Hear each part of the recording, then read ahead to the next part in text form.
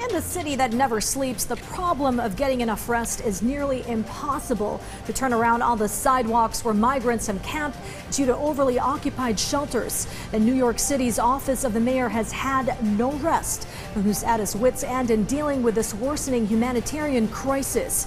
Anna Rice narrates this VOA story by Yevgeny Maslov. Food and water for migrants in Midtown Manhattan, in what is becoming a familiar sight in New York City. Since late July, thousands of migrants have been bused from Texas to New York and other U.S. states. With shelters full, migrants are sleeping outside of the Roosevelt Hotel, a processing center for the city's shelters. Jean Carlos Vasquez is a migrant from Venezuela. It's been a few hours since I arrived. They gave me water, some apples and other food. But no one has answered any questions I had. They just gave me a ticket with my number in line. No idea how long I'll have to wait.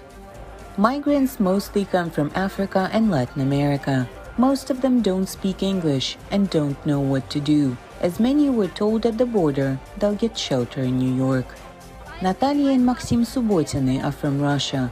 They hope to get political asylum in the U.S. After having spent 3 months in Mexico, they made it to New York. At the Roosevelt Hotel, they told us, "Come here tonight. You'll have a room to sleep in. You won't sleep in the street." Yet the line doesn't move at all. So I don't know how long we'll be here.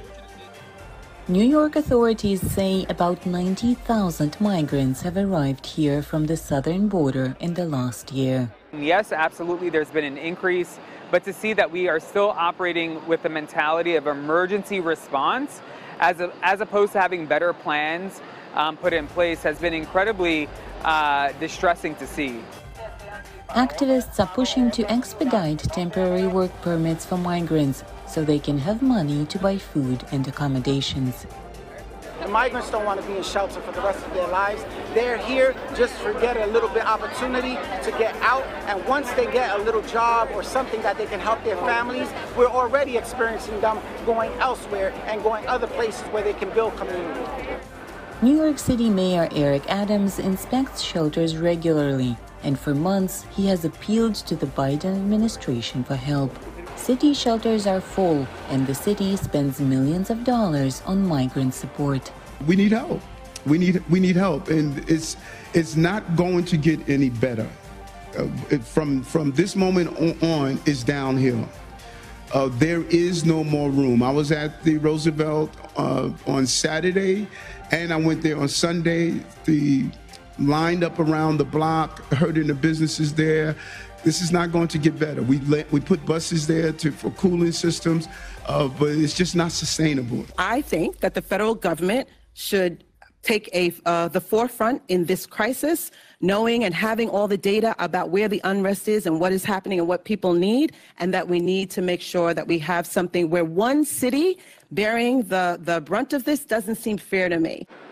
On this night, over 100 migrants spent the night outside the Roosevelt Hotel. The mayor's office promises to find at least a temporary solution in the coming days, but without federal help, they say, it'll be tough. For Yevgeny Maslov in New York, Anna Rice, VOA News.